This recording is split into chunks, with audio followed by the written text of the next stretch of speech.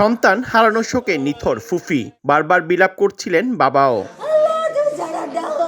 বুধবার বিকেলে চট্টগ্রামের রাউজানের জয়নগর গ্রামে খেলার সময় ৩২ ফুট নলকূপের গর্তে পড়ে যায় শিশু মিসবাহ। বিষয়টি টের পেয়ে দ্রুত ফায়ার সার্ভিসে খবর দেয় স্বজন ও স্থানীয়রা।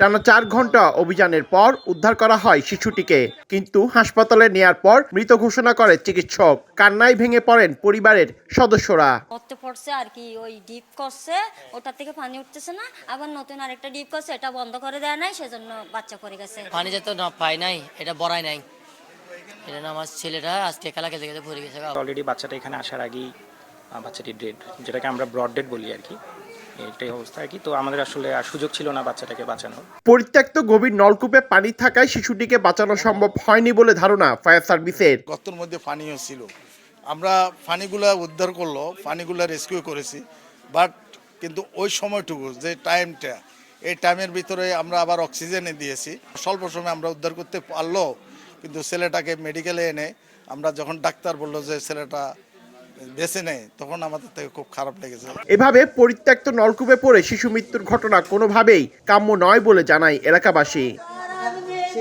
পার্থপ্রতিম বিশ্বাস, সময় সংবাদ, চট্টগ্রাম।